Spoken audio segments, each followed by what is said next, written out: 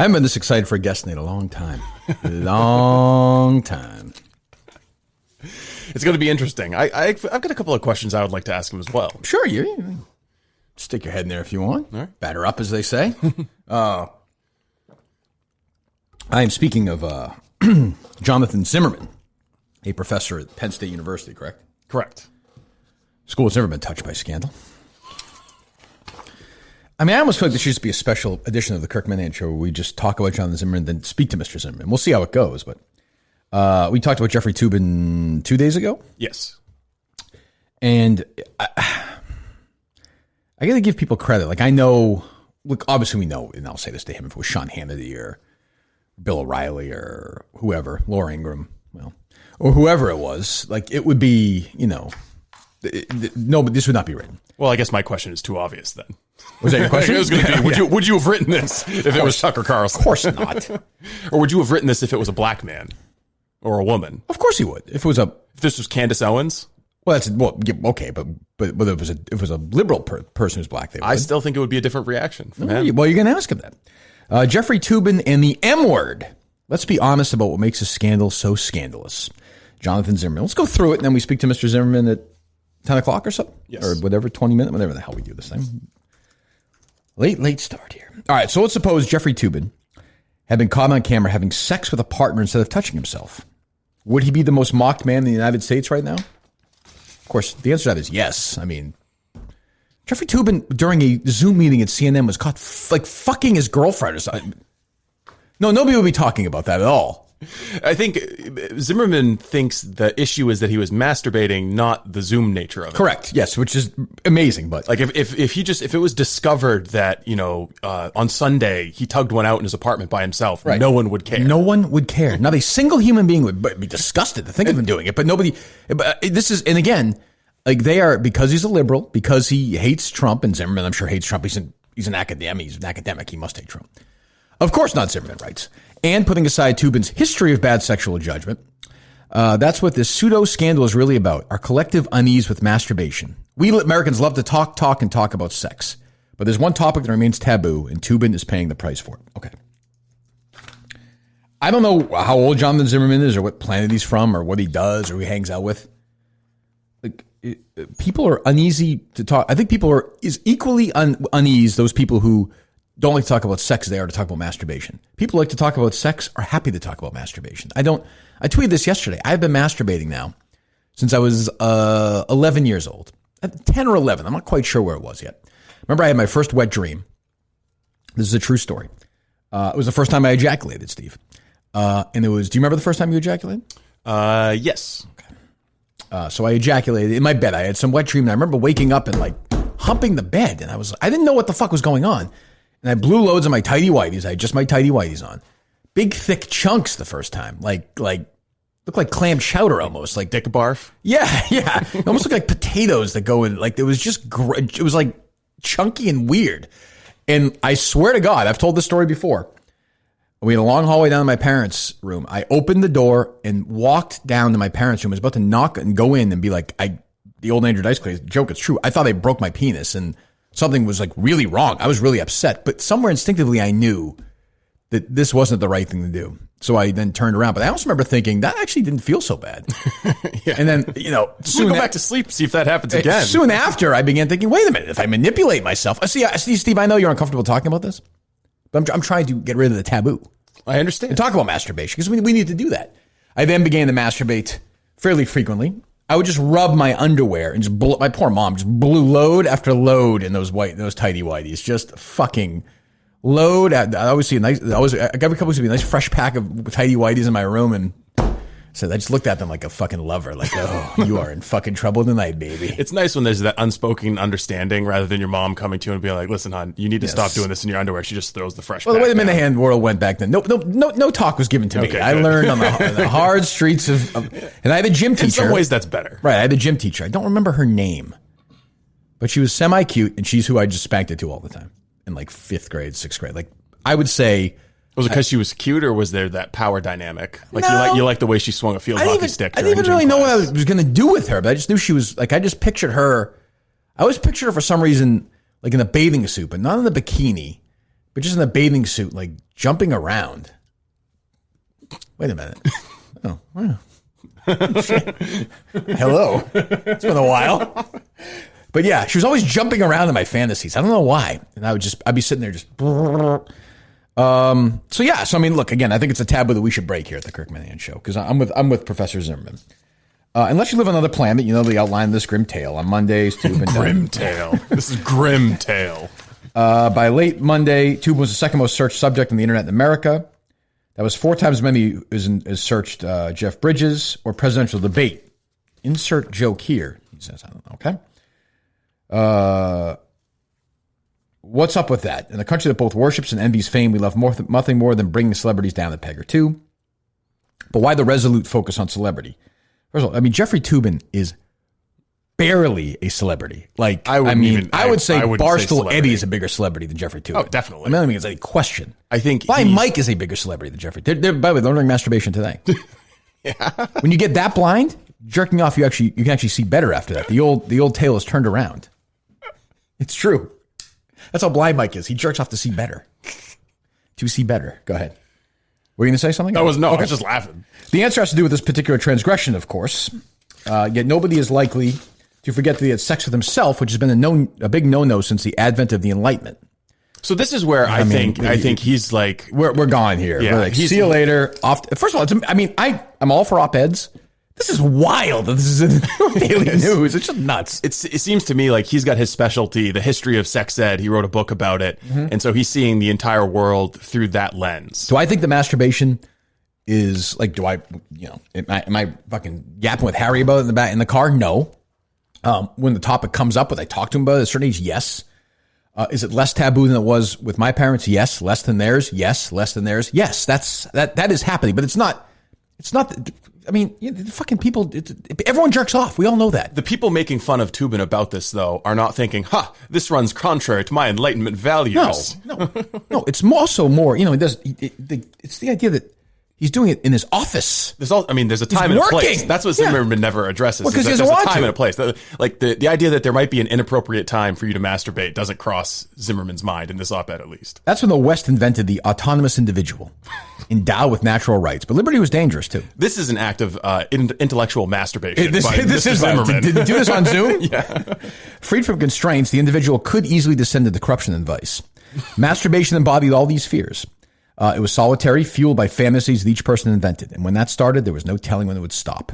So it was described as self-abuse and the whole thing, Christians. And he's right, like in the past, like 500 years ago.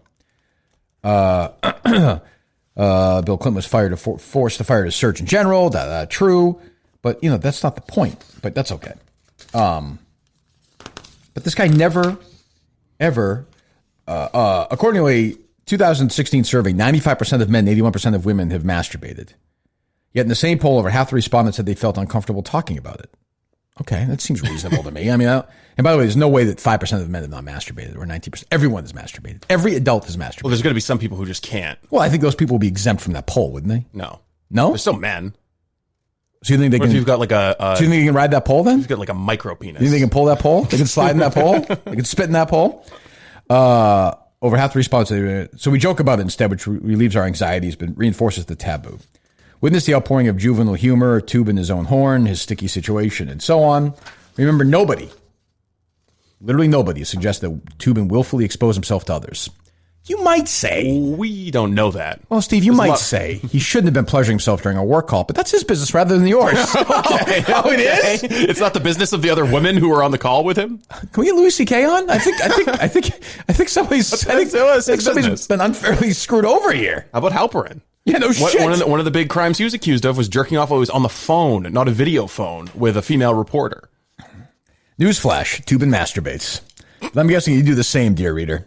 Maybe you should stop feeling weird and guilty about that. Does anybody feel guilty about masturbating? Call a random Minifan. Go ahead. This random number thing didn't work yesterday. Just call a random Minifan. Go ahead. Pick him up. Give him a call. I don't understand this. I've jerked off 3 times when I read this.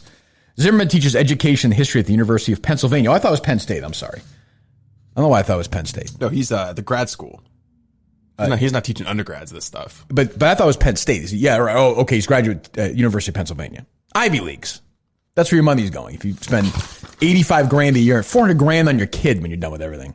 Oh, and this will definitely come up during one of his classes for sure. Does he have a problem, like, so in his mind, he can just masturbate in front of his students? Yeah, doing remote courses. Are you okay if one of your students is just jerking off? Yeah, or you're jerking off in front of them? Like, is that an issue? I think we're making a chance to ask him. Hello? Hey, do you feel guilty about masturbating when you masturbate? No, I never do. You never masturbate? No, I never feel guilty. Oh, okay. Well, this guy wrote the story said that we feel guilty about it. When did you first start masturbating? Live tape. Probably 13, 12, 13. I was in middle school. Late bloomer. What do you think? Who do you think is the woman or man that you've masturbated the most to in your life? I've masturbated to women the most in my life. No, I understand that. I'm saying. I thought that was the question. I'm sorry. If you had to pick like the woman that you've masturbated to the most in your life as a masturbator, who would it be? I suppose Scarlett Johansson. Is that true? I would think so. Yeah, I really like her. How old are you? I am 32. Okay, I mean she's pretty. Okay, well, how old? She's been legal the whole time you've been masturbating to her, right? I think she's older than me, right? Oh, yeah, that's probably true. You're safe then. Okay. She's masturbated to you. Okay, well, thank you for the call. Maybe, yeah. That definitely could have happened. Well, thank you. We'll call one more random in the fan, Steve, and get their masturbation habits. I will tell you another weird, maybe a little early masturbation weird thing for me. I would occasionally masturbate to girls I wasn't that attracted to in real life, but yet I masturbated to them. Isn't that weird? Why is that? I don't know why. I was like 13. I was a kid. It was weird. It was a weird, your brain's all fucked up. Just trying to decide what you're actually interested in? I guess. That could be it. Maybe. I don't know. I've told the story, man. I've masturbated in movie theaters. Hello? Hey, we're just going through this story right now. We're having this guest on in a couple of minutes. He says that you should stop feeling weird and guilty about masturbating. Do you feel weird or guilty that you masturbate? Well, not usually, no. Right. That's what I'm saying. I mean, how long have you been masturbating for, caller? I think since 7th grade. Okay. How old are you now? 24. 24. Okay. That's almost 14 years. Well, yeah, a little less. But what was it? I mean, how often do you masturbate now? Have you masturbated today? No, not yet. Okay. I'm at work. Well, what does that matter, man? Come on. Just Jonathan Zimmerman seems fine with that. I work in a third service department, So I worked in one too at one point, and I masturbated there. Maybe. I asked the other caller. He said Scarlett Johansson. Steve, who would you say is your career leader? Oh, my wife. Absolutely. Of course, exempting her. I'm just saying. There's some scroller chicker. No, it's probably all women I've hooked up with in the past. Nancy Reagan? Right back. Yeah. Yeah. Is that right? Yeah. Every once in a while, Senator O'Connor? Like you find yourself masturbating to women you don't find attractive. Every once in a while, I toss Hillary in there. I would say for me, like of people I don't actually know, I guess Brandy is probably the leader now, which makes it weird to talk to her. But yeah. Who would you say, caller? I don't know. I kind of mix it up like Steve does. That doesn't really matter to me. Doesn't matter to you at all? I mean, as long as she's obviously as long as she's of age and what is your good enough looking. What is your? Do you go bare? Do you put a little lotion on? What is your play?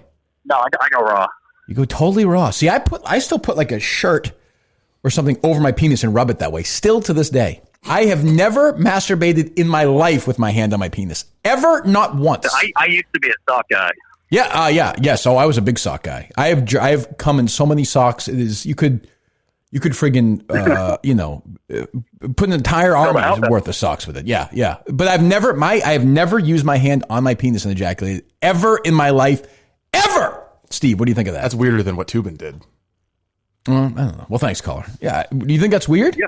I like the feeling of the shirt or even like a pair of underwear I'll do. But the thing is, I can then just ejaculate. I guess what you just grew into. Yeah, it's what I know. But I will then, maybe you've done it so much and did it so often as a kid that the convenience of cleanup became a thing. Well, not only that, but like the sock, then my penis felt claustrophobic. So now I can ejaculate like on my stomach and clean up that way. It doesn't get on my shirt.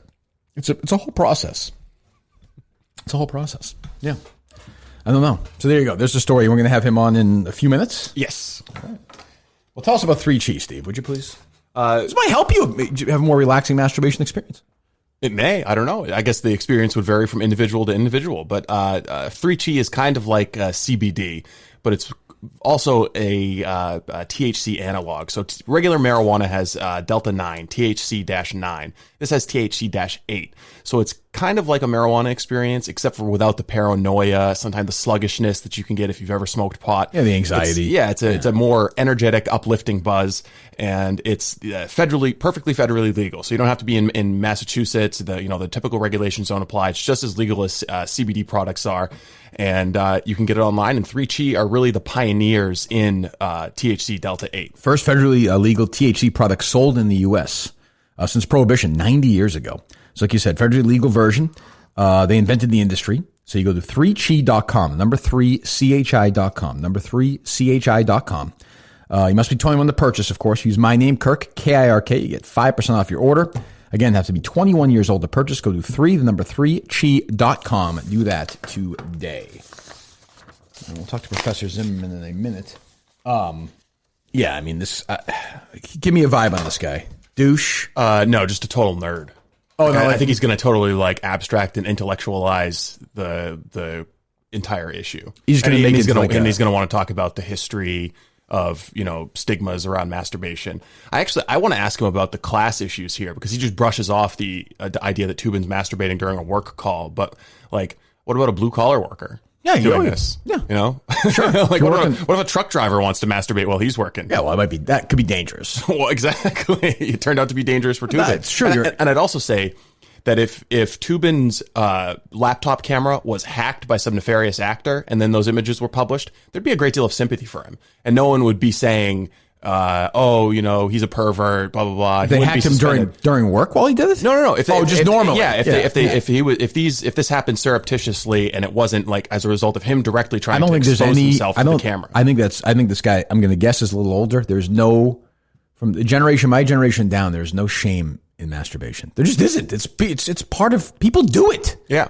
It's a release. It's part of life. It's what fucking animals do. You do it. I saw a rabbit jerking off this morning. Blew a huge load when I was running. Massive. A little chunky, but big. I got fast arms. Yeah, that thing can move. I mean, to me, obviously the whole thing is stupid, but when you get to that's his business rather than ours. His argument is going to be that he didn't know he was on a work call. He's on his break, right? He's going to say it's the same as getting a sandwich during your break or something, right? Yeah, I think so. Okay, I mean, I would be interested to know, just as a basis for the conversation, what does he think happened? How does he think Toobin's penis came to be on the screen in front of his female colleagues? He's going to say it was a mistake. Yes, but I think everyone agrees that the camera was pointed down. He intentionally pointed the camera to his penis while he was masturbating. You think he was you think he was purposely showing these girls his dick? He intentionally put his penis on camera. Well, but he didn't. But they're going to argue he didn't think it was on that camera, right? Okay, so what was he doing with it? Maybe this guy thinks the Me Too movement's bullshit too. Yes. I mean, because if you think Toobin has been unjustly, persecuted maligned, here, then you also have to think that Halperin, has been unjustly persecuted, and Halperin just lost his fucking career. Right. Well, Halperin was there were some other things. Grade A creep. Yeah. No, there were some other things, but same thing with Toobin. Well, I would say the women or the whomever involved in this thing didn't want to see Toobin jerking off, right? The comedians did not want to see Louis C.K. jerking off when he didn't now it's different they can click out versus those women could not leave the room. Oh, they could. But by Zimmerman's argument, that's Louis C.K. was just doing what was he supposed to do? Right? He wanted to jerk off. I mean, it's his break. It's not like he was on stage performing. Yeah, it's his business. I mean, it's what? I don't even understand. Who knows? All right, you want to call the professor? We will call the good Professor Zimmerman. I'm excited about this conversation.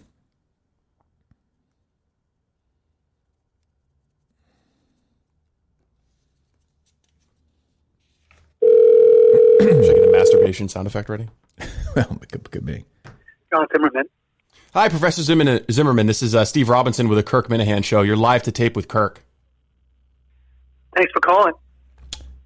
Hello, Mr. Zimmerman. How are you?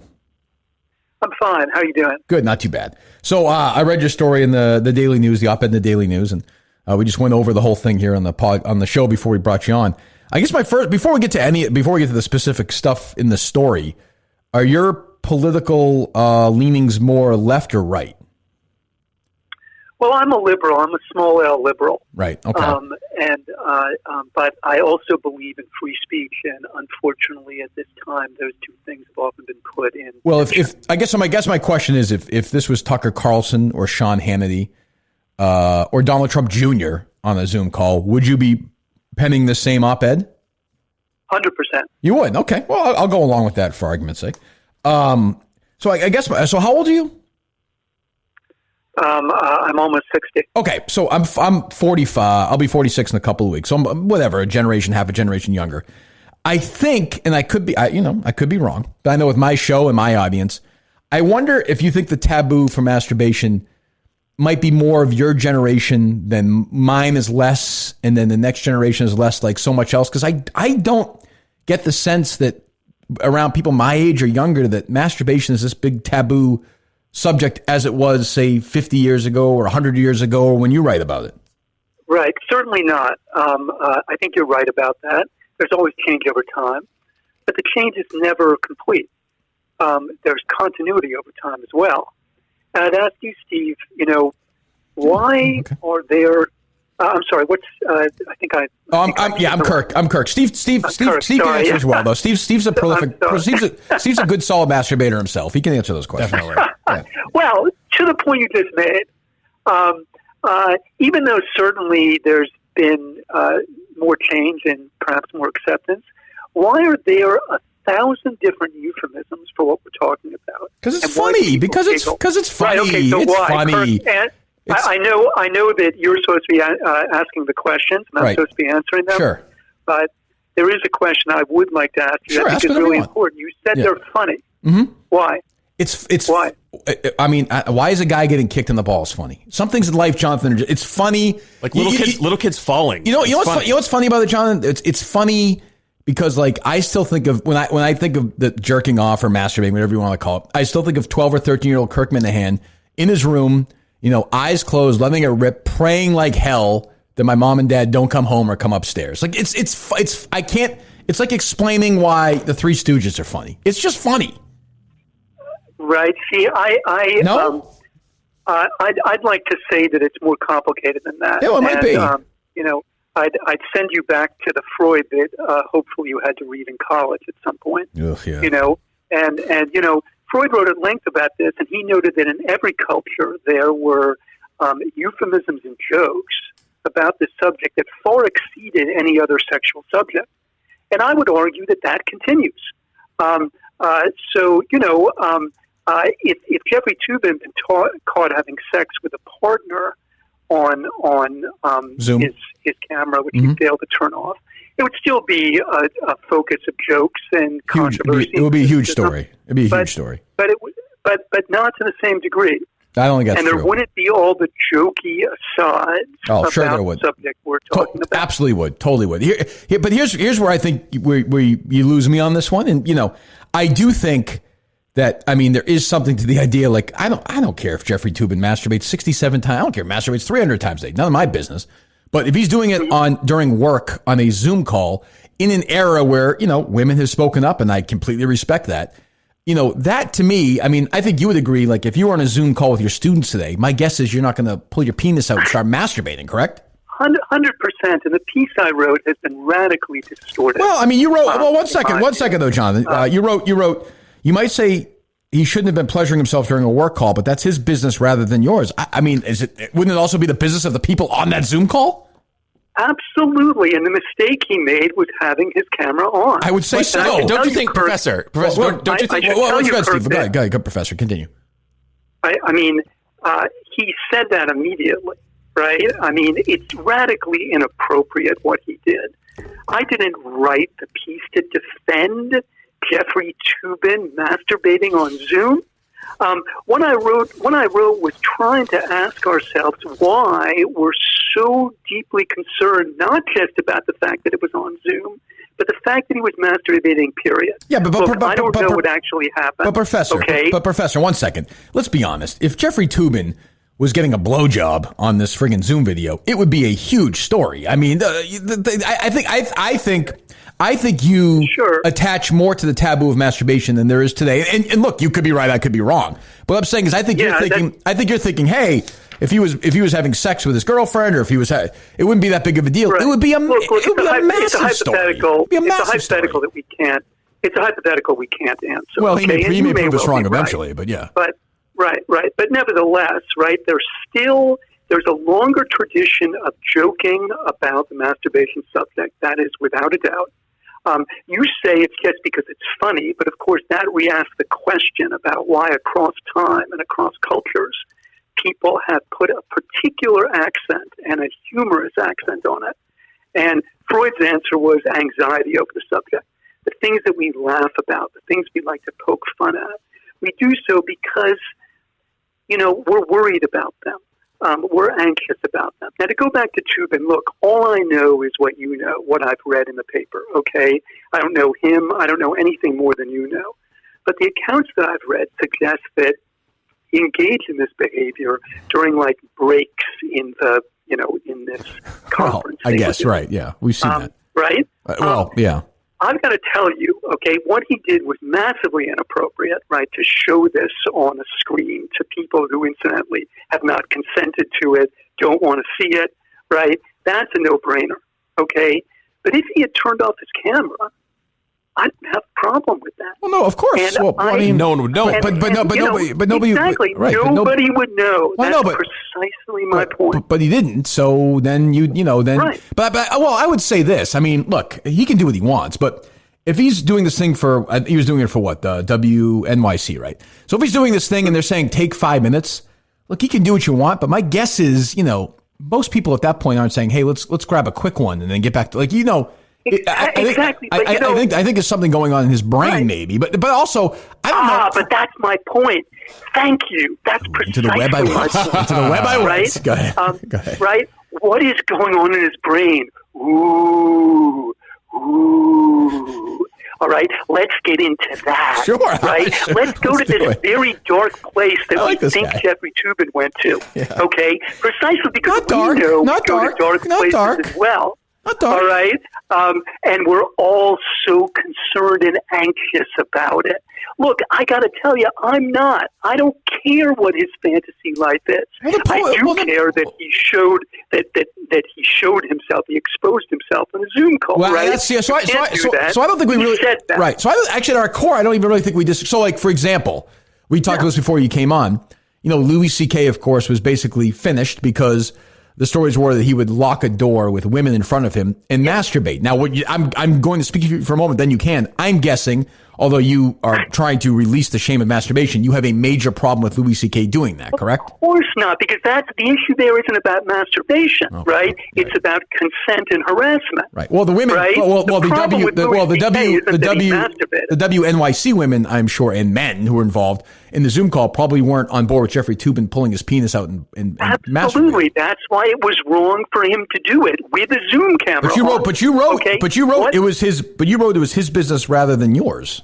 Correct. If in those 10 minutes that's what he wants to do, I can't imagine doing it myself. But you know what? I'm not Jeff Toobin, right? What do you think? Nor do I care what he does in his fantasy life or in his 10 minutes between these different calls. And my question is, why are the rest of us so concerned about that, right? The Zoom thing is a no-brainer, Kirk. We agree about that, right? Uh-huh. But to me, this whole conversation shows about how it is about something more than that. Yeah, but if there was no Zoom and there was some story that came up that Jeffrey Toobin masturbates 10 times a week, nobody would care. Correct. All right? The Zoom thing is what drew our attention to it, right? Professor. The Zoom thing is what drew our attention to it. But now our attention's on it, and we're making it about more than Zoom. We're making it about, his behavior, right? And what was, as you put it, on his mind. See, that's what's so scary about masturbation, right? It's solitary. Okay, it involves fantasy. That's why I like it. We don't know where it's going to go. All right, and that makes us anxious and worried. You're so right. You're so right. You're so right, Professor. Because occasionally I will have a scenario, and all of a sudden, somebody I haven't thought of in 30 years will walk in. It's wonderful. I think it's a wonderful thing. I wonder what Freud had no porn or anything. What do you think he masturbated to? That's something I can't talk about. I wasn't alive in Vienna. Sure. 1908. I always wonder what, William Henry Harrison or somebody randomly, they just masturbated in the White House. You don't think that's weird to think about? it doesn't really exercise me very much, Uh-huh. right? Not like you. See, I mean, look, all columnists think this, but Kirk, this whole line of questioning is proving my point, right? We'll go, oh, tee-hee-hee, right? What did Freud do? Tee-hee-hee, right? What did William Harry Harrison do? Ooh, Why are you so... Why? Who cares? It's Who funny. cares? I don't know why it's funny. It's funny to think of some... Okay, I would suggest we should think more about why you think it's funny. Well, believe me, right? All you're saying is it's funny. I've been in therapy. Right? I've been in therapy for 35 years. Believe me, we've cracked nothing yet with me. Trust me, I'm trying my best. Steve, you're going to ask something? Yeah. So, Professor, you're teaching a class. It's on Zoom, and one of your male students pulls a Toobin. He accidentally exposes himself. They were taking a break, same circumstances. You know, he didn't intentionally do it, but he exposes himself. Is there punishment brought down on your male student? There is. Of course, there is. So then, what's the question? Why are you enforcing a stigma? That's sexual misconduct. Okay, the stigma isn't on masturbation, or I should say, it shouldn't be. Okay, the stigma should be on sexual misconduct. So then you agree that Jeff right? Toobin is guilty of another case of sexual misconduct? Sexual misconduct, absolutely, of course, right? He said that, right? I mean, again, that's a no-brainer. Toobin said that. Like, you can't do this, right? You cannot, without other people's consent, show your privates on a Zoom call. Okay, but that's the problem. The problem was the sexual misconduct, not the masturbation. Right. That's the case of we agree. We agree with that. We agree on that. We agree on that. The problem is with him doing it in front of other people without their consent. Those are two different things. Do you think, though, that there's an element of the online reaction to this that has nothing to do whatsoever with masturbation, but with the idea of accidentally exposing yourself to the broader world? Because, like, everybody right now is involved in, like, Zoom and GoToMeeting and everything, and everyone's worried about what their camera might see. Is it on? Is it off? Well, yeah. And there's a little bit of people are like, oh, it wasn't me. There's some, like, schadenfreude. Well, there's that, but I also think there's, as the left will celebrate when the right does something stupid, I do think the right is celebrating because they hate Toobin as well. Oh, totally. I mean, yes. I think there's a lot of that. Probably, and you know, just to be clear, I think that's dirty pool. You know, I really do. You know, I don't think that you should use this episode to try to score a political point. I don't really care what his politics are. You know, I think if you're a Democrat or Republican, you shouldn't expose yourself. You know, on a Zoom call or in any other circumstance, without the consent, the willful consent of the people around you. Right. Okay, that shouldn't be about politics. Good. Steve, you guess there's something else? So you've said you want to get rid of the taboo around masturbation, but you're also critical of Kirk for making jokes around the subject. So if we get rid of the taboo around masturbation, does that mean we can never have jerk-off jokes ever again? They won't be as funny, right? And that will be a downside. Okay, I'll admit it to you. I don't think I'm willing to do it. I live in the same culture, right? Mm-hmm. I've engaged in this ribald humor as well, but I think part of being a human being is to try to figure out why you think certain things are funny. Well, I can just, right? Yeah. What makes them, taboo in this way? I also think it's worth asking ourselves historically how and why this came about. It turns out that really until the Enlightenment, until really the 18th century, masturbation was NBD. People didn't really talk about it a great deal or joke about it. It's very hard to find accounts of it. So why does it become such a big deal starting in the 18th century? The reason is that that's when the West discovers this idea of the autonomous individual who's endowed with natural rights, that each individual has their own soul, their own purpose, and yes, their own freedoms. And that was at the heart of the founding of this country, okay? But that also brings with it this tension and this really scary danger, because if we're all free and free to think whatever we want, well, aren't we going to think some really ugly and terrible stuff? Well, not only that. All right? Right.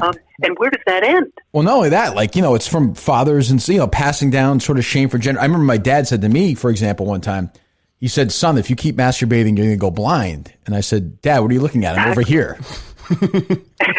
And all that stuff is really a product of the post-Enlightenment world. Yeah. And isn't it interesting, right? When we became so enlightened, right? Yeah. When we started reading, Voltaire. Sure, right. What we ended up doing was stigmatizing masturbation, because masturbation, the reason it got stigmatized is it was the dark underbelly of freedom. That's the way people looked at it, right? We're creating this world of autonomous individuals, but we're really scared about what they're going to do. Well, Professor, when you masturbate, still, I'm assuming if you do, is it something where, I don't know if you're married? Do you say, hey, I'm going to go masturbate, or do you go do it privately and sort of in a shameful way? I'm not going to answer. I'm not going to answer. Well, why not? I have no problem with you describing that. Why are you making this topic more shameful? Why are you bringing shame on this? If you're going to be open to talk about it. It's a fair question, but I understand the culture in which I live. All right? I've got no problem with the concept of the behavior, but I know that other people do, and that's why I don't want to talk about my personal preference. Here's a weird way where I actually agree. Is I actually feel like I don't feel bad for Toobin because I think he did something stupid, but I actually feel bad like as an adult now when the Pee Wee Herman story broke and everybody was like ha ha ha ha. I'm like, the fucking guy went to place where everyone does it. Who gives a shit? Like that I don't that I'm with you on. Yes, and I should also say that I feel bad for his wife and his 2 kids. Toobin? This yeah. This wasn't their fault. Well, 3 kids, right? They had nothing to do with this. Yeah, 2 adult kids. Right. And again, I don't know them. But I feel badly for them because Rudy. This must be excruciatingly humiliating. You're not talking about the one he tried to have aborted, right? No, okay. I'm just I try and get it straight with him all the time. Anything else, Steve? Professor, are there any sexual stigmas that you think are useful in society? Yeah. The stigma on assault. I would say, the stigma on doing any sexual act that doesn't involve the consent of somebody you're doing it with. All right? That absolutely should be stigmatized, and that's why, that's what the Zoom call thing is, right? We should stigmatize what Jeff Toobin did. Not his masturbation, okay? Right. But the fact that he did it in a non-consensual environment where there were other people there. Well, it's kind of like, right. It's kind of like with the banana, it's kind of like what the banana said to the vibrator. What are you shaking about? It's me she's going to eat, right? Precisely. Thank you, Professor. Yeah. We will talk to you soon, sir. Thank you very much for joining us. Okay, thank you. All right, Professor Jonathan Zimmerman joined us. There you go. I like the guy. I do too. I like him. I like him. He's a sport. He's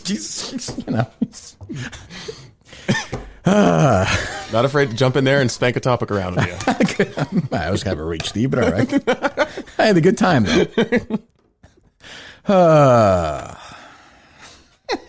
God. I actually put it this way. I wish he should have written in this story that what Toobin did was stupid and like yes. The column comes off much more like a defense, and he probably didn't write the title for it. No, but he wrote. You might say he shouldn't have been pleasuring himself during work ball, but it's his business rather than yours. What he should have said was, it is his business if he turned the Zoom. It is if it's 10 minutes. Yeah. If you're 10-minute break, masturbation is legal. It's a 10-minute whatever they say. Of course. WYNC says we're taking 15 minutes. If he turns off his Zoom call, jerks off, cleans up, becomes none of my business. But he should have articulated that, saying, I'm not saying what he should have said was now that it was zoomed and caught, he has to face the consequences. Yeah, and I think that the column probably would have been a whole lot less viral if he had included a few sentences about, yes, this was sexual misconduct. Yes, he should be punished for it. Now, is this going to be one of these ones where we had a good time, but he's going to think we're assholes? No, he's not going to think. Oh, you don't think so? No. Well, I think he's playful. I think he's playful. Send a message and thank him. Say he's welcome to join us anytime. It might be the case that the Minifans are like, why are Steve and Kirk enjoying this? I enjoyed it. I like him. I like the guy. So that's what happens. So you have him on, you have a conversation. Nobody else would do that. And he got back to me so quick. I knew that there was no way that he was going to be some fucking like nut, and he wasn't standoffish. He wasn't like a nerd or anything. It wasn't like you thought he was going to be some sort of nerd. He did about 15 minutes in start talking about the Enlightenment and Voltaire, and a couple of mentions of Freud. I thought you would masturbate to that. Freud is just a fucking crackpot. So the fact that he relies on him so much is kind of troubling. But I don't like that. That's a great sound drop for later. We have now, and that's one thing he gave us was the woo. I tried to be quiet during those. But I get that he can play that card, but why jerking off is like, do you watch something about Mary and he jerks off and he gets a cum in his ear? It's funny. Fast Times at Ridgemont High. It's fun. Why is masturbation? Like I said, I don't know. Why are the Three Stooges funny? It's funny. I don't know. I also think that it's a funny looking thing. It's just funny. If you want to really break it down, there are like most people prefer to masturbate in private and the things that they will do in order to achieve that privacy for a period of time are funny. Like Also crawling true. into the back of a suburb, sneaking into the bathroung. Just crawling in the back of a suburb? Suburban, sorry. Okay, yeah. Suburban. Back crawling in the Newton to masturbate? I've done that too. But I mean, I will say though, I like Professor Zimmerman. But I think the best point, either one of us made, you had some good ones. It was, and I said, do you tell the wife and kids when you're heading out, all right, go upstairs to jerk off now because it's Yeah. totally cool? No, Yeah. of course not. It's not even shame. It's just, there's something about the isolationism. I think it can just be manners, right? Like there can be a difference. There could be a difference between shame Yes, and something you good just keep to old-fashioned yourself. manners. I would agree Like with just that. not everything you don't just like scream out and shout to the world is necessarily something you're shameful about. True. Great Or spot. discretion. Great. One of my favorite interviews so far in the show. I'm serious. To let him know that we really enjoyed it. And he was a good sport.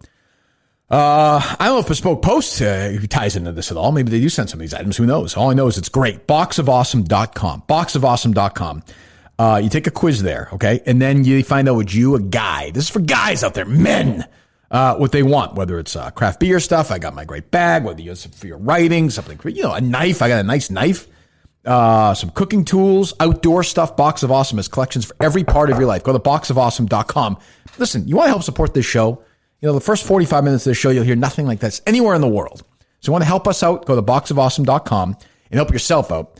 $45. You can skip a month anytime. $45 a month has over $70 worth of gear inside. No doubt about that. You know what I think the best thing about Box of Awesome is? I don't, Steve. When I come home and I see a package on the stairs and I'm like, oh, is that mine? You know what it is? Is that my stuff? You know what you get to have there? A little isolationism with a little isolated time for you and your Box of I was Awesome. thinking about dopamine, but yeah, I guess Yeah, same thing. Same thing. It's But just- when I walk up there and it's for my neighbor on the first floor, I'm like, fuck. I need to order more packages that is so that the disappointing. dopamine belongs to me. Box of Awesome helps you regularly get that little hit of dopamine. Damn right. 20% of your first monthly box when you go to boxofawesome.com. Enter my name, Kirk, at checkout.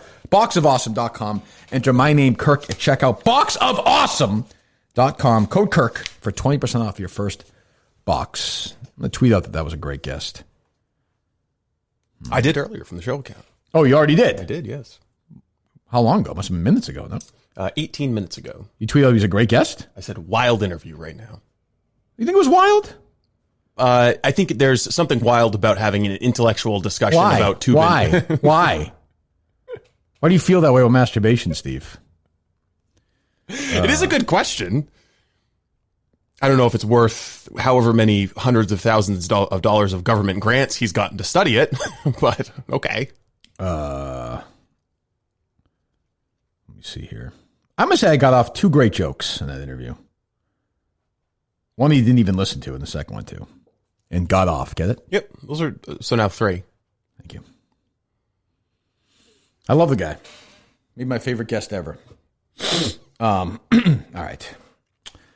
Well, enough talk about guys jerking off to. Did Dale have Mike Emmerich on yesterday or no? Yes, he did.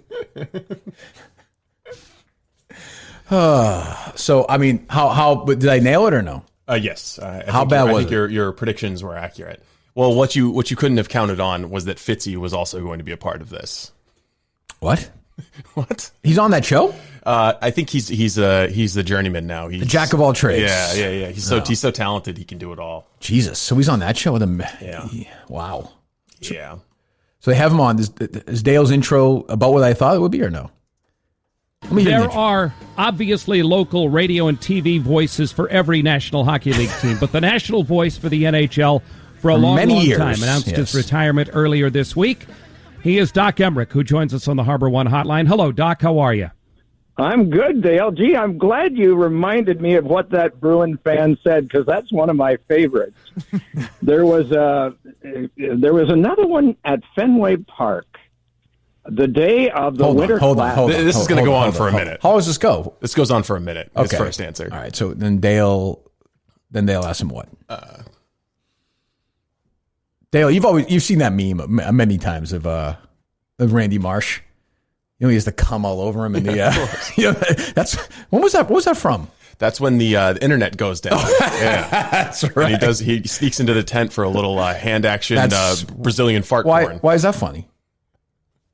Because of taboos, long-standing Victorian Because of taboos Freud and- based in the Enlightenment era disposition of the autonomous individual. I'm sorry, I think it's funny a guy pulls his dick until something comes out of it. What do you want me to say? I do it. What am I supposed to say? Look, it's funny when Cartman jerks off the dog. Okay, That's funny. Like, it's just funny. Yes, it's I can't help it. I find it funny. I don't know anybody who's collected more stories over the years, who's talked to more people over the years. And my guess is you're going to miss those conversations as much as you're going to miss calling the games. Yeah, and you know what, Dale? I noticed, too, that How long is this that answer? was starting 2 to minutes. become a problem Okay, I think we're good. the day after the last game. Next question. The people that publish my book really, really like you. How about And that? they told me that. Yeah, they told me that. How about and that? I have a feeling that you can do business with them anytime you want to. Those people, by the way, I should mention, are Triumph books. We'll let the cat out of the bag that my next book will be out next October. And Very good. try to finish You it have up a title?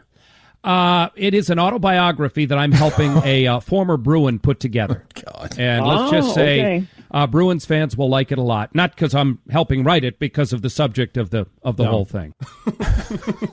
How great is that going to be? I'd rather read Dale's autobiography. You got to imagine that that's just a fantasy for Dale. Like, he doesn't even need to get paid. Just no way. The conversations that I'll get to have with a member of the Boston Bruins are compensation enough. It's got to be very hard to transcribe something with Ray Bork's cock in your mouth. It cannot be easy.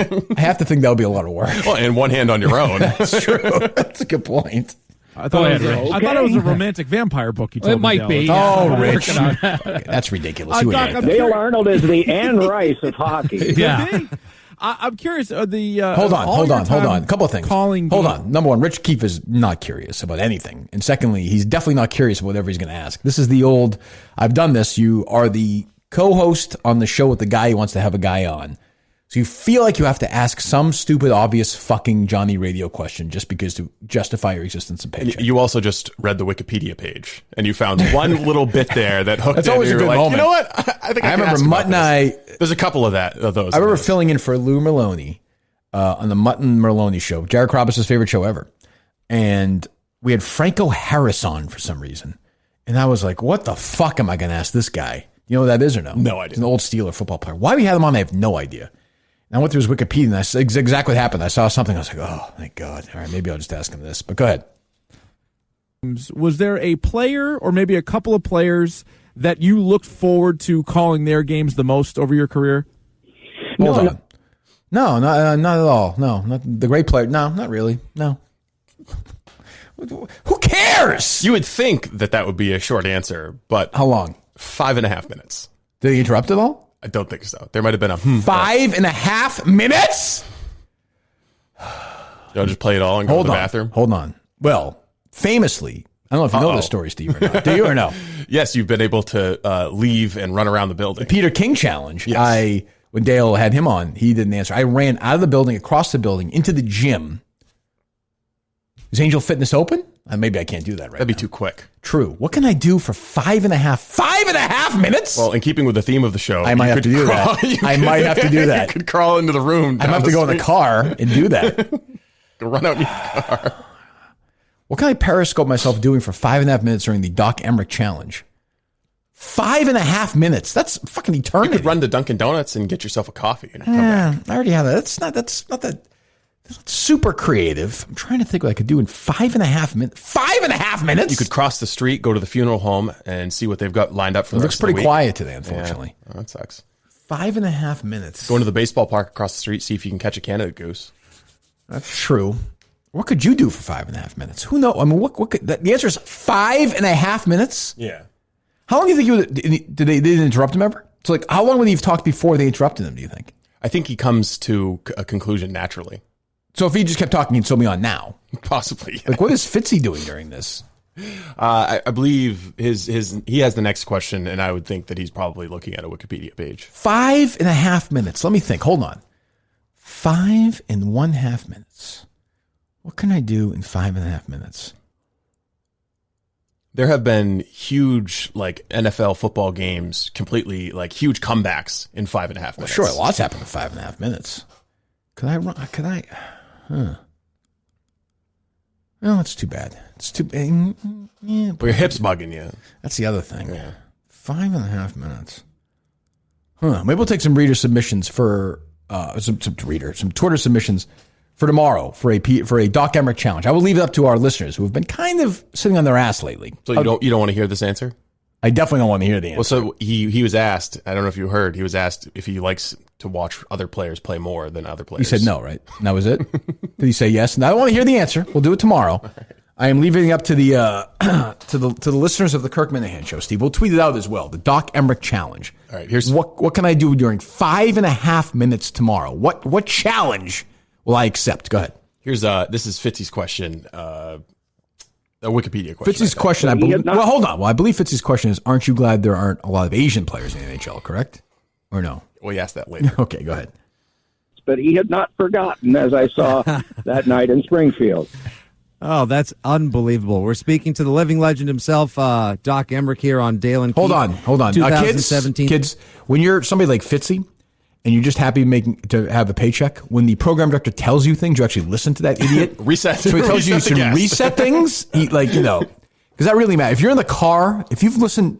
First of all, no human being listened to that entire answer anyway, so everyone changed the channel. Honestly, in this instance, I think it did matter because if you tuned in... You've already killed yourself. If you tuned in for the last minute of Doc Emmerich, you're like, who the fuck is this old-ass dude talking on WEI? Well, that's what Fitzy... He's a comedian, though. Like, Fitzy's job is to say, just so you know, the guy who was just blabbering for 5.5 minutes is Doc Emmerich, who, was luckily retiring. Oh, but you can't offend him. They're so gracious that he's coming on there and stroking Dale's ego. It'd be so great if Fitzy was like, I heard Kirk Minahan say that you're an abortion doctor. What's your favorite? Were there certain abortions you're looking forward to more than other ones over the years before you went and did your job? Let's hear what shitty fucking question this idiot, no talent fuckhead asked. Sports Illustrated's greatest sportscaster of all time, and I am a fan and would not disagree. Doc, I became a fan, obviously, like many Bruins fans, listening to your calls in the playoffs, 2011. Obviously, I'm sure so many people became lifetime fans when the Bruins won the Stanley Cup, but I was won over forever in defeat, actually, for the Bruins. Game 1 of the 2013 Stanley Cup Finals, where the Bruins and the Blackhawks played to just about the end of a triple overtime. And I remember I was up about 1:30 in the morning, and everybody was just tired. There's no way this is going to be funny, right? No. This isn't the Wikipedia question. You were calling that game as if you were just fresh and ready, like you still had your fastball after about 5.5 hours of relentless nonstop hockey. Where did you get that energy from, and how over the years did you cocaine develop the ability to never? You know what, Fitzy? Hold on. You know what, Fitzy? I'm going to answer right now because you got out of me. I've been a cocaine addict for 25 years. What kind of question is that? The fuck? Actually, in between the periods, I went in the back room and I murdered a hooker, Fitzy. Yeah. I mean, what kind of what the fuck? It's his job. He's a fucking play-by-play guy. All right, there's another. We're supposed to fall asleep?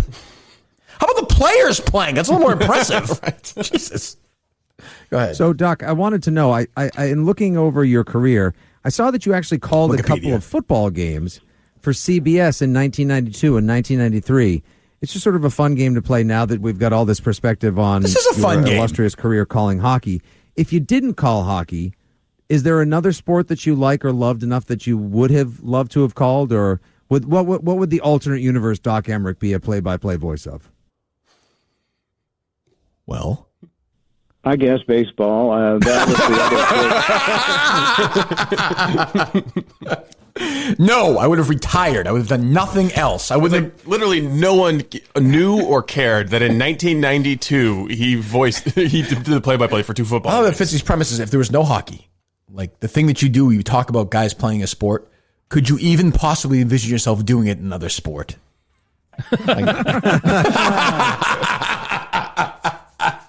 I'm excited about this Doc Emmerich challenge. So it's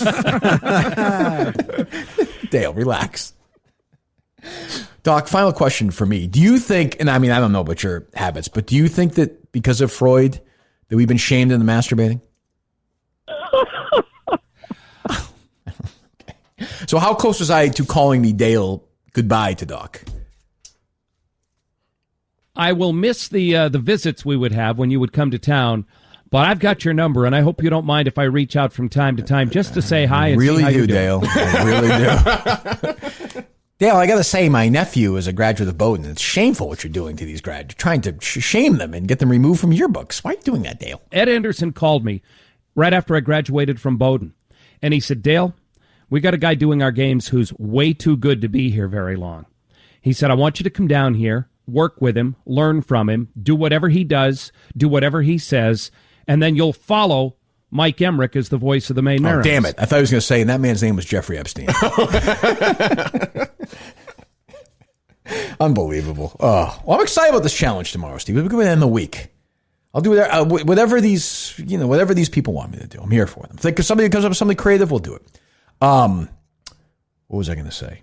Anything on the VFW? Oh, I have a thought on that, but go ahead. No, just logistic stuff, getting food lined up. Beans Meats, donating red snappers. We love Beans Meats. Bean and Beans, donating the beans. Will there be any regular hot dogs?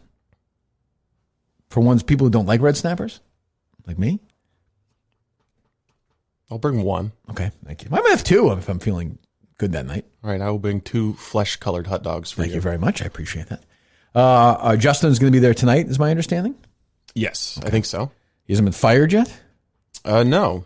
Okay. You haven't thought about firing him in the last 24 hours? I have, certainly. An idiot. I mean, what a fucking dummy. Oh, he's just like any of them. He gets too wrapped up in what's, the Dale Bear 06 has to say about John him. from Scranton. Who gives a shit what they think? You work for us. Your job is... So yesterday, we got rid of Will on the YouTube channel. Who cares? The Mintel Incels quit. Who cares? Like I said, they're welcome to come back. Don't come back. I don't give a fuck either way. And then Justin immediately goes on and posts screenshots of texts with Steve, who's his boss, about this. To me, you should... if you had fired me yesterday, I would have been totally fine with that. And I like Justin, but I would have had no issue with that. I mean, that's just a betrayal. Like, how do you trust this guy now? Well, I don't. Okay, then fire him if you want. Well, then you want to fire him? Fire him. I don't care. I mean, it's a conversation worth having. Okay. I mean, I have no problem with that. Yeah, no, I mean, I wanted to think about it because obviously in the heat of the moment, I'm like, what the fuck is this guy doing? Like, I mean, the bottom line is I'll never trust him again to text him anything. Well, he's just a pussy. Like, he's like, oh, like you said, oh, gee, what's Kirk's desk going to think? Who gives a shit? Yeah. So it's I guess that my problem is that he put, if it was like a funny thing that I'd sent him and there was like some kind of joke aspect involved, I wouldn't have a problem with him just covering his ass over nothing. But he put his own personal reputation and interest ahead of the shows and ahead of yours. And look, that's the problem. This is a transparent show. We talk about a lot of shit, of course, on here that goes on behind the scenes, but there's also stuff that we don't talk about. There's business stuff. There's deals. There's just stuff that sometimes we don't talk about until it's done, or ideas that we have that may not be, whether it's a Cullen thing or whatever it is we do, and you want to bring somebody sort of give them a bigger role in the circle, and then this happens, and right away his thing is like, Steve Steve said that they're gone. Well, no shit. Yeah, I mean, like, did anyone think that Justin did this on his own? Right, yeah. Like, and you said yesterday jokingly that Justin was, and by the way, Justin is the one who alerted you about Will using the correct, right? Which, by the way, good job. Yeah, that's your job. Yeah. Like, this is not. I'm confused. I guess I'm confused. Can anybody just be a fucking adult? I mean, is it that hard? No, I mean, I don't. There's no confusion on my part. It was very simple. A couple of people tweeted, "Oh, Justin was so excited to kick Will out, but we like Will more than we like Justin." So he tweets that out like, "No, I wasn't excited. I just did what Steve asked me to do." So and you're either with us or you're not. And if you want to be with, in that world where you can be on that side of the thing, that's fine too. If you'd rather have Twitter like you more, no problem. To leave. Or stay. He's done a good job so far, right? He works hard. He has done a good job, and I like Justin. But so do I. It's the instinct to do something like this makes me question what else he might do in the future. Yeah, I just don't trust the guy. So I mean, that's he can earn it back maybe, but I mean that was not good. That was not good. So anyway, he's going to VFW tonight. We think, unless you fire him. I'll leave it up to you. My guess is you won't do that. Well, I've got a great reputation with firing interns so far. So what do you mean? Fearsome. Every time you've ever said, I'll leave it up to you. You don't fire them? No. Well, I mean, they work essentially for you. Yeah. And if you feel comfortable with him still, that's great. I like him. But I mean, that was really dumb. I mean, I think stupid, short-sighted, dumb. I don't get it. Yeah. I mean, I think he can still do the job. It's just going to be in an understanding that we don't trust him with stuff anymore. So he's kind of drawn a circle around the limited role that he can ever play. Correct. That's not good. Not good. Not good. Not good, Steve. All right. You know who else I don't trust, by the way? Where are you tying this into now? Go ahead. Ghislaine Maxwell. Why not? Reading over this deposition, she's kind of dodgy. What would you expect? She can never just straightforwardly answer a question. I was not surprised. It's like 600 pages, right, or something? It is 465 pages. 465 pages. Yeah, without all of the lawyer, objecting and interrupting, it would probably be around 200 pages. And there's nothing, right? Well, Trump's not mentioned. Mar-a-Lago is. President Clinton is mentioned. If you could read between the lines, you can see what her answers should be. She perjured herself for sure. And I think that one of the key takeaways from me is the prosecution asking, were you aware of Mr. Epstein's friends at the CIA? Were you aware of Mr. Epstein's friends in the FBI? Did Mr. Epstein ever tell you about his work for the Israeli government? Yes, she doesn't answer it. No, of course. She says, I can't testify to that. I can't testify to that. I don't have any recollection of that. Yeah, I'll give it a look today. I didn't expect anything. Well, I mean, the journalists, by the time we're done with the show, people will have combed through and found the most salacious examples. Right. But it's interesting that they're asking about the CIA and the FBI. Yeah. Well, I mean, beyond the pedophilia, I think Epstein as like a shadowy billionaire with connections to the highest heights of power. Scary. There's like an intriguing. We're never going to know everything. I'm reading a book about it right now. We won't. I'm reading a new book about it right now, about Epstein and Maxwell. It just came out. What's it called? Spider. There's been some excerpts online. I'm about 50 pages in. We'll see. But unfortunately, it seems to me already reading this book that this guy is more interested in Trump-Epstein relationship than Clinton-Trump. And I just feel like if that's I have no use for Trump on a lot of stuff. But if you can try and sell me that Epstein-Trump is more than Epstein-Clinton, you've already lost me. I mean, Epstein was kicked out of Mar-a-Lago. Yeah, not only that. I mean, Clinton was on the plane 26 times. Yes. Like, what do you think he was going? What are we doing here? Like, what do you think he was going there for? That's why I like my guys classy, above board, guys like Rudy Giuliani, who you can't fool them, you can't play them. These guys are smart guys. America's mayor. Yes. Whatever, he was unzipping his pants. Oh, he wasn't. He was tucking his shirt in. Yes, with the microphone, right? Actually, it sounds like deep tuck. I actually saw a Mother Jones writer tweet out this morning that they saw the whole movie and it's not what Yes, they're misinterpreting. That's kind of the thing I've been getting as well. Yeah, and I saw Giuliani tweeted out. I will say it's not good that Giuliani can be that easily compromised and duped. It's a little concerning, I think. Well, it's not like he's the defense secretary. I guess. I mean, he could have been. Look, why are you trying to put these taboos around Rudy Giuliani hooking up with an 18-year-old Eastern European woman? That's true. Why do you think that's funny? And this Borat sequel looks so bad. Oh, so dreadful. I love the first. Because he's become a complete social justice warrior. That's the problem. Like, do you love the first Borat movie? Yes, it's one of my favorite comedies. It's fucking amazing. Incredible. But the problem is, I just watched it again the other night for the first time in years. It's an incredible movie. But here's the problem. Now you might be saying this. Is now I look at Sacha Baron Cohen, and he's not Borat. He's Sacha Baron, and he's got all this attached, and all these thoughts, and Facebook, and Trump, and that's fine. But now he's going to do a satire that's going to be so on the nose, where Trump's dumb, and Pence is dumb, and Giuliani's dumb, America sucks, and Nancy Pelosi, they'll make fun of her, not really, and the Democrats, not really. They'll do it a little bit so you can say they did it, but it's going to be a message movie. And Borat was not a message movie. Deport him back to Kazakhstan.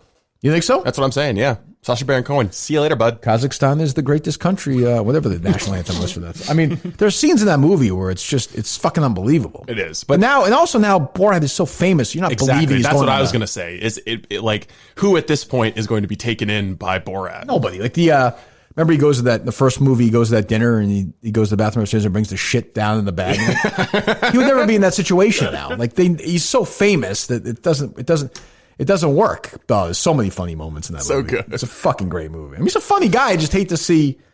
But now it's like liberalism warped his mind. Yeah, and now he feels like he has to tell the. He can't be funny anymore. No, and maybe I'll be wrong. It'll be really funny, but I doubt it. I just doubt it. And you have to think it's interesting that the timing worked out the way it did. You think? Yeah, it comes out. I think tomorrow, right? To Amazon Prime, directly to Amazon. Yeah. I believe. So how much will you pay to watch it on Amazon Prime? Well, I have it. I have Amazon Prime. Yeah, I know, but is it free on Prime? I think it is. I think it's. Are you going to have to pay for it? No, I think it's direct to Amazon Prime. Okay, I think. Okay. But I wouldn't. If it was on demand for $20, I wouldn't pay for it because it's going to be half-assed. I mean, it's just going to be.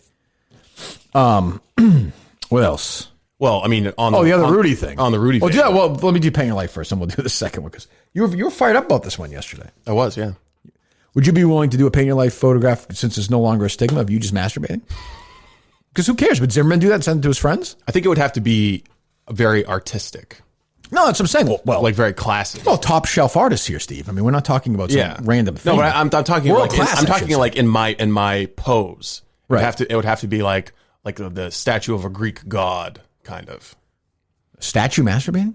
No, like the artistic themes would have to evoke, greatness. It wouldn't just be like someone busted through the door and took a Polaroid of you real quick and then you get a painting of it. No. I see what you're saying. You at your best. Triumphant, yeah. Yeah, I can see work. Like the angles have to work out. Well, the world-class artist can do that. Hand-painted portrait in less than 5 minutes, quick and easy process. In about 3 weeks, you get it after you order it. Whatever photograph you want in your life, whether it's you and your family, your friends, your great sports moments, anything. If your mom and dad are gone, you like to have that painting in your house with them. I can totally understand that. I totally get that. Maybe you want an old photograph of me. You've seen it floating around online this week. Maybe I'll give you another example today. Who knows? You order the custom-made portrait, as I said, in less than 5 minutes by the time you go through the whole thing. You go to paintyourlife.com. Any photo at a truly affordable price. Every detail is perfect. The world-class artist will work with them. You can work with them the entire process. Again, you order it less than 5 minutes. It's there in less than about 3 weeks. It can be cherished forever. You go to paintyourlife.com. There's no risk. If you don't like the final painting, I think you will, your money is refunded. That's a guarantee. And right now is a limited time offer. We haven't done this. We've worked with these guys now for a few months. The first time we're getting this offer, 20% off your painting, 20% off and free shipping. To get this special offer, text the word Kirk to 64,000. Kirk to 64,000. Text the word Kirk to 64,000. Paint your life. Celebrate the moments that matter most. Kirk to 64,000 at paintyourlife.com. So Giuliani, the story comes up yesterday. This Borat thing is still trending on Twitter, by the way. What do you mean? The under the what's happening section with Rudy and Borat. That doesn't mean it's actually trending. Well, no, Twitter has selected it to highlight it to show to everyone who's using Twitter. Well, as opposed to the other major stories that Rudy's been involved with over the past week. Let me see here. Yeah, I'm looking for the Julie K. Brown, who kind of broke the Epstein story for the Miami Herald. Mm-hmm. She's tweeting about it this morning. But I'm not seeing any real news. Yeah. I mean, it's lightly redacted, but there's nothing, I haven't seen anything sensational just because Maxwell is not an idiot and she knows that all she has to do is dummy up and say, I don't recollect. I can't testify that. I don't know. Power move by Trump today, the pardoner. Just pardoned. Full pardon.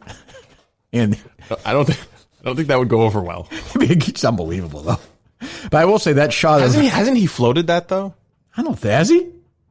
Yeah, maybe I'm wrong. I know he floats pardons for all kinds of people. The image of Giuliani though, whether he was duped or on his back, like lying on that bed. It's not a great image. Not a great picture. I can't picture like Eisenhower putting himself in that situation. It's not a great look. But so there was a purported text with Giuliani. Yeah, so this kid who's like a senior at some college in Michigan, and he posts screenshots of a text message and makes it look like it's him texting Rudy Giuliani pretending to be Ivanka Trump and wanting to have some kind of rendezvous. Right. And I think David Friedlander from Politico, who's like a contributing editor at Politico, picks it up and retweets it and is like, and it goes, unbelievable. Right. Rudy hasn't learned anything after he got stung by Borat. Fuck this guy. And Rachel Maddow retweets it. Like everybody's retweeting it. They even fooled Mike Barnacle, which is not easy to do. Not easy to do. No. He knows a fake story when he sees it. Yes. That's impressive. I know if Kevin Cullen had Twitter, he would have retweeted it. A blue checkmark brigade, one after one. Everybody was retweeting and so I guess the obvious question is so you get mad at the New York Post, supposedly. You see this with no proof at all, none, and you just run with it. Yes, just run with it. Here it is. Twitter does nothing. Of course not. They're at the point where New York Post is still banned. They wouldn't let you share the story. Now they've made it like a 2-step process in order to retweet anything. And they see this happening, and there's no slowdown whatsoever. Spreads like wildfire to all the blue check marks. These fucking idiot brokers of the information that we're supposed to be allowed to consume are themselves just like mental fucking midgets. And not only that, short people, small people, little people, mental midgets. No, little people. You can't say that word anymore. I think in that context you can. Mental little person. Okay. I think. I don't know. Actually, no, because that would be an insult to little people. Yeah. Wouldn't it? Yeah. Huh. Anyway, what was I going to say about that? My mind's a blank. Go ahead. The other thing is, last night there was the press conference. But the FBI suddenly announced nothing from that, though, right? There's a huge takeaway from it. What's that? So they do this entire press conference about foreign powers interfering in the election, and what did they not talk about? What's that? Hunter Biden's laptop. True. Why so that blows out of the water any allegation that there's foreign interference with his that's laptop. True. That's true. So the big thing was what was left unsaid. Well, so the FBI basically said, this is legit. We have these emails. Not only that. This is the story. That's what I was going to say, though, is that as this continues, by the way, nobody is still denied that the story is true. No one from the Biden campaign, no journalist, no one is denying it. And I have a feeling the former vice president might be asked about that tonight. Now, it'll be muted. But if you can read lips, you'll see it. It's going to be like China when the Hunter Biden laptop comes up. It's going to be like, yep. There's going to be a power outage, like a 40-minute power outage. Yeah. Krista Welker's going to come back like, what time? That's 9 o'clock tonight. I'm looking forward to that now. Is it at 9? Yeah, it usually is, right? Yeah, that's what they have been. Why do we have to have these at 9 o'clock? Why can't we have them earlier? Well, because, presumably people live in the West Coast and the normal to be home from work and, no? I mean, let's be honest. People on the West Coast already know who they're voting for. So the people on the East Coast. I think there's a little bit more ideological diversity on the East Coast. In Massachusetts? Well, the coast is long. Okay, fine. I'm saying, how about the Northeast? How's that? Why don't you just have the debate for the 6 states that matter? What's the point? And you saw that Biden this morning, this morning was basically like, yeah, I'm looking into expanding the courts. Yes. Well, no, he gave the wonkish swamp fucking pass answer. Right. I'm going to appoint a commission of conservative and liberal intellectuals and stakeholders, and they're going to sit down and take 90 days. Yes, the conservatives. John Kasich and Mitt Romney.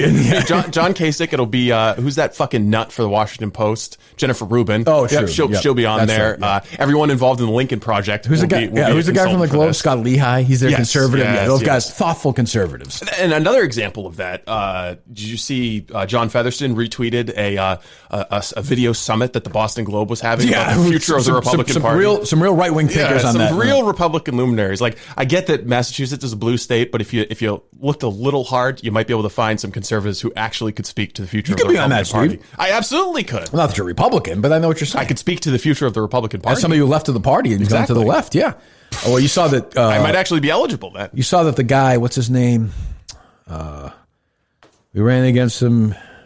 Kevin O'Connor? He was a governor. Now he's a senator, the Mormon guy. Oh, Mitt Romney. Yes. You saw that Mitt Romney voted for Joe Biden. He said he didn't vote for Trump. Well, okay. I mean, he voted for Biden. I don't know. Kanye's on the ticket in Utah. That's true. Imagine voting for a guy who doesn't know who your name is and you ran against him for president. That'd be a real insult. I don't think I can vote for the guy. But those are when they say Biden's going to. And my only question to Biden would be, if Ruth Bader Ginsburg were alive today, would you be having this conversation? Well, of course not. No, of course. And also, I don't think that the question. I don't think that there's any meaningful question you can ask Joe Biden right now about like the future of American democracy. Because if he wins, the Hunter Biden story all of a sudden becomes mainstream, and he's gone, and Kamala's the president. Kamala. Yes. Although he says Kamala. Yeah. So he says it wrong. So I guess you can say it if he says it. Yeah, he is sweating bullets tonight because he knows this is going to be a rough. But I mean, Krista Welker's not going to ask about it. But here's where Trump, like oddly, I think the mute button is going to help him. But he needs to, for once in his fucking life, to have just a little bit of restraint, and just say, you know what? I'd like to cede my time for Mr. Biden. 2 minutes, Mr. Vice President. Please explain to us what's going on with Hunter Biden's laptop. Yep, 2 minutes. And every single time, just like cede your entire time to him. Don't let them control the topics. Just be like, I'm going to let you talk about it. What happened in Ukraine, Joe? We're not here for that. We're not going to do that. That's what you can get from Joe, right? That's fine. Just keep hammering at it. And then at some point turn and say, well, if Joe's not going to tell you what happened in Ukraine, I'm going to tell you what happened in Ukraine. Go to www.joeukraine.com and have a website set up that just lays it all out there. Now, I think Toobin will be forgotten because I think Joe is now old enough and confused enough that he might play with himself during one of Trump's answers. I could see that, especially if Kristen Welker's hair looks nice and smells nice. Why is the idea of Joe Biden masturbating funny? It's not funny. You think it's funny, not me. It's actually not funny. It's actually not amusing at all. We have any other sound or songs or calls or anything or no? We don't have any songs. We have just that exchange with Brian Stelter and Susan Ferricchio. I can't even play it. I hate him so much. I hate his voice. I just like the condescension that he has towards a female journalist, where if Tucker or you had that kind of a tone, it'd be like, oh, I can't believe the sexism and misogyny on display here. How dare you question this? But also the fact that he's saying like, how dare you, basically what he says is, how dare you question the ethics in newsrooms in 2016 and 2017? Definitely not somebody's job to do that. Speaking of douchebags, what were Ravel's demands? What do we got? He never got back to me. How do you mean? I mean, he never responded to my had email. a list of demands, right? He never responded to my Ooh, email. did I get a testy? Call Big Cat real quick. Oh, Talk really? For 2 minutes, see if he answers. Oh, was he pissed at me? He's yesterday? not friends with Rivera. No. Right? Yes, Oh. yes. Did he reach out to you or no? No, someone reached out to me and was like, "Oh, just by the way, they're definitely not friends." Yeah, And I was like, I'm going to apologize. When I'm wrong, I'm wrong. I texted Big Cat last night too with the World Series ratings. He was like, "Yeah, but people are used to baseball in the fall. This has nothing to do with." Well, milk." that's sorry, right. Is he on the air now or no? 11, right? Might be just about ready to go on. He called me. I called him back. He didn't answer. He texted me. That's how mad he was. Wow.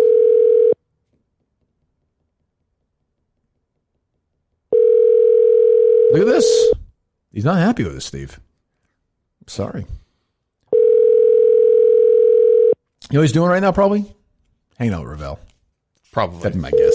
Little Dutch rudder action going. Yeah, it's their typical, like, oh, the McConaughey thing was great. Thanks. No, you would have done it better, Darren. That whole, I loved your tweet about the ticket sales and the jersey sales and da da da. Actually, quite they agree on pretty much everything. Yeah, two liberal lunatics. I quite enjoyed, by the way, I have to say, their interview with Matthew McConaughey, which I did listen to. Did you get to listen to it? I did not get a chance to listen. Oh, calling back? yeah. Hello? Hello? Hello? Big Cat, you there? Yeah. Hey, put Darren on real quick. Huh? Put Darren on real quick. I was just I was just calling to apologize. I didn't realize I misinterpreted the nature of your relationship. I'm just calling to be a bigger man and apologize. I appreciate that, and guess what? I should apologize too because I didn't realize I went on a show last night, radio.com. I didn't realize that was What? yeah. Whoa. What show? I had no this betting show. I'm friends with You one better of the you guys. bet? Well, that's the one guy we actually Yeah. like. We Yeah, actually no, like him. we like Yeah. Alex Costos. He's the little Alex Jones. We Yeah. like him, yeah. He's His not name is Nick. His name is Nick, but that's okay. Oh, I called him Alex Costos because we call him he Little Alex he Jones. sounds like little Alex Jones. That's why we like him. Okay, Yes. yes. I actually know him personally, so he asked me to come on, and then I That's was, fine. You're forgiven. Immediately after, everyone was like, an Entercom show, and I was like, uh-oh, here we go. Okay, well, then we so were both wrong. We're both wrong. We're both wrong. I'll clear any future Entercom appearances with you. Okay, I don't fine. think there's any show I'd ever go on except that one. Fine. And Correct. yes, Darren Ravel, I hate him. I Okay. used to be What happened? friendly with him. Well, it's complicated. I mean, he initially was kind of cool because he played along, and we have our one-on-one game that we played like 7 years ago where saw I beat that him video. 11-0. Right. I Yep. saw that Terrible. video. Right. He's a terrible athlete. Yeah. And then over the years, like he wants to play both sides of it. He wants the attention I and hate love that and the most. admiration I hate that the of most. the stoolies. Yeah, but he also is like, he'll like essentially look for our admiration and to be in cool with us, and then he'll be like, yeah, but Barstool's a bunch of bullies and it's bad for people's mental health, or you know what I mean? Like he'll just blow in the wind with whatever he's thinking. Correct. So Yes. I hate him. Yeah, I really don't like him. And he also was like, when he got hired by the Action Network, he like wrote a bunch of articles saying like that he and I were going to start doing content together because Chernin owns both companies. And I was just like, what are you talking about, dude? Oh, Like, really? I'm I didn't not know doing that. shit with you. Yeah. So Well, he's a zero. I mean, he's not entertaining or anything. no, he makes gambling not cool, which is like, it's hard to do. hard to do. You know what I mean? Yeah. Oh, all right. And I would say right before you called back, I said and I let you know I quite enjoyed the McConaughey interview. It was awesome. He's definitely up there for like coolest dudes alive. And definitely conservative. Bruce won. Bruce won. Yeah. Is he? He always Uh-oh. he said people should accept the outcome of the election, which makes him a conservative. He also because went on Fox News yesterday as well. Yeah. A liberal would have said no, pee in a bottle and get ready to go throw it at somebody. Right. Well, now don't ruin him for Dan. If he finds out he's a conservative, he's not going to like him anymore. Well, exactly. That's the way liberals think. Hold on, what? Yes. I like Steve. I'm That's like one true. of the only people in the world who That's a like good point. Steve Robinson. That's true. I find McConaughey's career. I mean, I'm way more. Although you might be, but like this, is where you guys do a good job is because I would have like drilled down and gone movie by movie, and like he did the right thing. Like he likes to talk about college football and the Wolf of Wall Street stuff and the idea of the journey. I'm not sure I believe that he didn't have like electricity for 12 days, but that's okay. Like Yeah. he was a good. You could tell he had a good time. He wouldn't have had. This is where you're better at this than I am. In many ways, I'm better at it than you are. We both had our own levels of success. No reason to look at the numbers. But I would have been like, there's no way. I would have drilled down on it. I wouldn't have believed it. It's a better move to just like let the guy be a fucking, free spirited lunatic. Right. And also, I'm playing to who I am in that, like, I'm not a huge movie guy. I like movies. I watch movies, but I've never been like, let's discuss the next movie coming out or, I don't have any really like strong opinions on movies overall. Right. So it would have been weird for me to be like movie by movie because I probably haven't seen like half of his movies, to be totally honest with you. But yeah, he was a very cool guy. Steve, I have a question for you since I got you guys. Is this retweet button thing? Is this real? Is this a conspiracy theory? I hate this fucking thing. I mean, have you tried retweeting? The Twitter is putting its election interference is what it is. It is. Hunter, well, no, for me, it still is the old one because I'm marked as a liberal online. Oh, is that right? Correct. I didn't even think of that. Like honestly, if you don't think that Twitter is biased against conservatives and is trying to influence the election, I just can't help you because we're living in different realities. Dan, the New York Post is still locked out of their Twitter account for reporting factually true information that no one is disputing. I haven't. I have to be totally honest with you. I have not followed any of it. It's funny how that works. I was just driving into work this morning. I was thinking, I wish I could live in Big Cat's world or Jared Carabas's world and just be like watching baseball and gambling. Don't compare him to Carabas. No, I'm just saying, like in that world where you just don't care because I'm looking at fucking Twitter. I'm like, these fucking liberals. Why are they trying to ruin everything? Big Cat does. He just drives into work. He's looking at some scores. He's got Nora Jones on. He's happy as can be. I know it's a peaceful way to live. Maybe I just need to withdraw from politics. My heart is drenched in wine, but you'll be on my mind forever. I'm aware of these things. I just know that they're completely and utterly out of my control in every sense of the word. So's the score of a football game. Yeah, well, no. Have you seen like some of the things I've done? Changing seats, standing up, getting negative. Come on. Good point. That's crazy. Should I if I flip my shirt inside out, will Twitter all of a sudden become a neutral arbiter of political discussion? Yes, it will. It will. I mean, all these guys, like all these social media platforms, are crazy, and they all have a political bias. Crazy so I agree with you. The crazy left.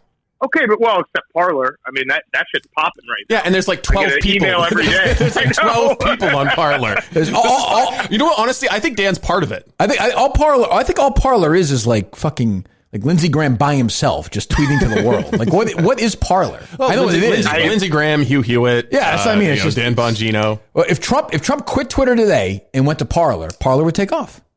No. You think so? Sure. I don't know. Maybe at the beginning of his presidency. I'm not saying it will be huge, but I'm saying it will be a huge boost. It would be a huge boost. It'd be the biggest boost that they could get, but it would not take off in the same way just because of path dependency.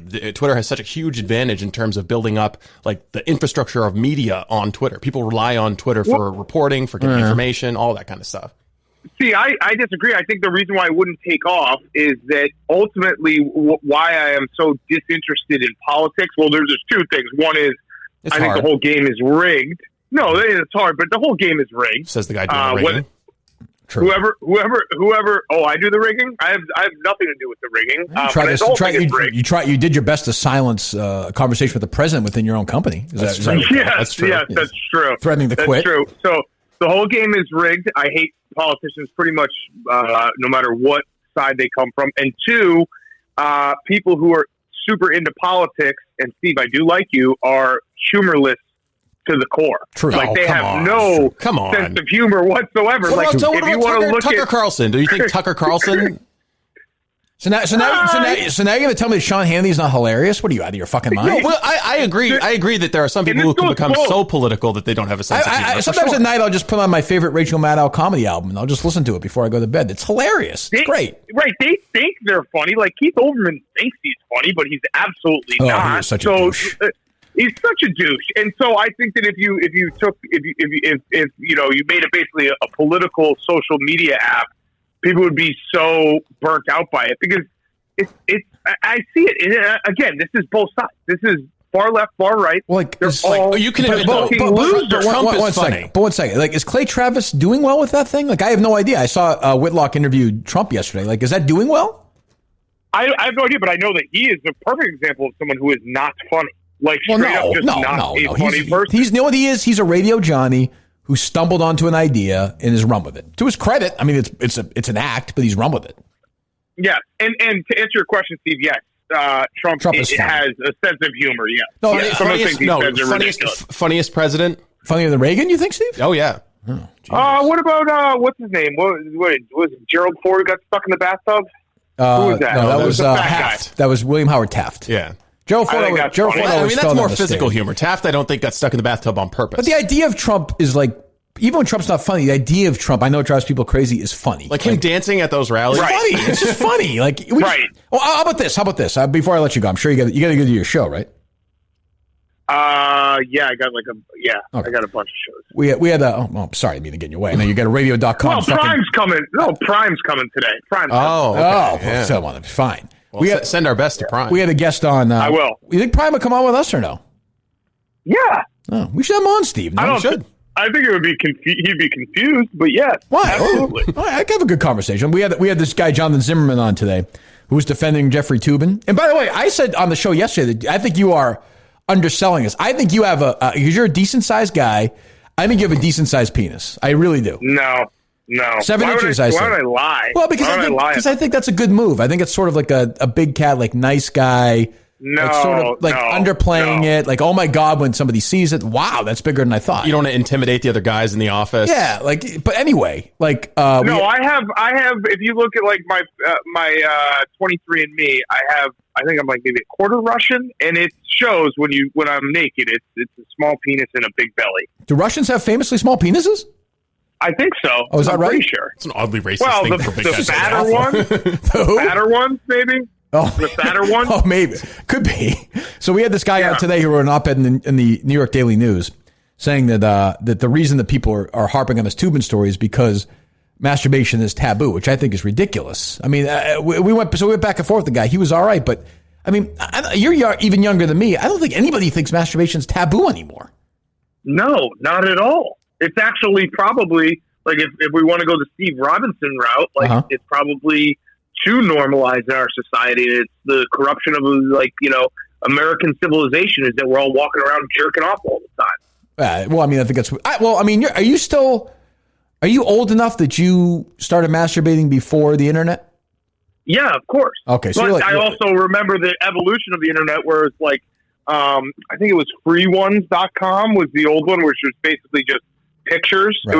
It was basically a magazine. There was no videos. But yeah, I remember. Yes, it was Sable. I want to say Pam Anderson. Pam Anderson was huge, and Carmen Electra. Yeah, huge. Were three of the big ones. Oh, and what was the Victorious Silverstep? She was big. Yep, she was big. That was a big one for me. And even like Sable and like the wrestling girls and stuff like that. Yeah. What was the one that I would look at? Like you actually download it on the computer or LimeWire. Yes. Yeah, those are the ones where you didn't know what the fuck you were downloading. Your fucking computer would light up, but you were like 12 viruses in 1 minute. I would literally just sit there, my pants on my ankles, rubbing my 30 seconds, 18 seconds, 42 seconds. What the fuck is going backwards? Like you were all excited. It took like 8 hours to download. You get home from school and open it up. Is this downloaded yet? Yeah, well, yeah. And that was when it was taboo. Like when you're sitting in front of your TV trying to watch scrambled Cinemax. Yes. And being like, I think I see a breast there. That's weirdo behavior. Now it's just like, whatever. You can do it anytime you want. And there's, But I always say it's the equivalent of our generation's walking the snow uphill to school. Like we could tell our kids, you can tell your son when he's old enough that you masturbated when it was fucking work. You had to use your brain. You had to fucking make it happen. I used the fucking Sports Illustrated swimsuit. I used fucking Sears catalogs. Wild on E, which didn't have Wild on E. Remember that? Yes. Yeah, on E. Brooke Burke, I think it was. Yes, yes. That was an awesome show. There you go. Or there was, Howard Stern when Howard Stern was on E, and he had to blurt out, boobs, porn stars. Right. Yeah, you use your imagination. There you go. So, all right, well, go do your fucking radio.com shows. We'll talk to you later. All right. Thank you for the apology. And, thank you for the apology. I'm happy you. Yes, perfect. Yes, perfect. good. And Steve, good luck in the next 2 weeks. Try not to lose your mind, okay? Okay, you too, buddy. We'll talk to you. All right. Okay, bye. There you go. Dan Katz joined us. Kind of seems like he's more Team Zimmerman on that one. Really? It's become too. Yeah. I think he's Team Prude. That's what I'm saying. I don't know. I think he thinks that the eradication of the taboo has gone too far because people are just walking around jerking off. All right. Well, it's always a great moment when someone's like, "Thank you very much. You just made my point for me." I love that. It's like, oh shit! I just got fucking jujitsu body slammed. I love that he thinks I'm going to be like, fuck. You know what? You got to use that in the next interview, regardless of who it is on. Thank you very much. You just made my exact point for me. My exact point for me. Why? Thank you very much, Mr. Sorloff. Well, thanks to Jonathan Zimmerman, and thanks to Dan Katz, and our great sponsors, of course, 3Chi, Bespoke Post, and Page Your Life. Back tomorrow with, I am sure, what will be a debate-filled show to some extent. I think so. It's either going to be wild or it's going to be a letdown. But either way, it's going to, we'll have shitload of sound, I suspect. And if the listeners do their job, Steve, the 5.5 minute challenge. The Doc Emmerich challenge. Yes. What do you think? The Doc Emmerich challenge. Do you think they'll be ready to go? Well, it's got to be realistic. You get 5.5 minutes. So I think people generally know where the studio is, so they could pull up on Google Maps and see local landmarks, correct? True, is also that. So they could, if the challenge is for you to go physically somewhere. Could be that. Be as creative as you want. But you have to think, in your mind, before you send it, think 5.5 minutes. Yeah. You have to think. Because, having me do that's not going to work. What can I do in one Doc Emmerich answer? We'll find out. Like, how much could you eat? No, I'm not doing that. Could you solve a Rubik's Cube? No, I cannot. You put me in a room for 100 years, I couldn't solve it. I see people on Twitter, on YouTube, who do it with their feet in like 3 seconds. Yeah. You could put me in a room for 50 years, and I couldn't figure it out. It's too bad, too, because it's a valuable skill. I agree. Learning how to solve a Rubik's Cube. Spatial relations is not great for me, though. Yeah. Like that's one thing I've always struggled with mathematics. I sucked at geometry. I have no brain for that. So no Rubik's Cube. But hopefully it'll be more creative than Rubik's Cube. Either way. Anything else? Well, you saw that the cast of Seinfeld is having. Anything else real? There's one guy who's not going to be there. The weirdest thing. Jerry Seinfeld? Well, maybe him, but who else? Michael Richards? Yeah, not going to be there. Michael Richards is not going to be at a Biden fundraiser. I don't know. Oh, geez, maybe he's going to be at the Trump ones. Could be. And of course, go to the. We have it on Twitter. We'll tweet out again today. Go buy some tickets. We're doing great with that. It's looking like that's going to be a big event in a week from Sunday or 2 weeks from Sunday? 2 weeks from Sunday. 2 weeks from Sunday, yeah. 2 weeks from Sunday. Go do that, please, as well. And we'll talk to you tomorrow. This was pretty reprehensible. I don't know how it can be anybody's idea of humor.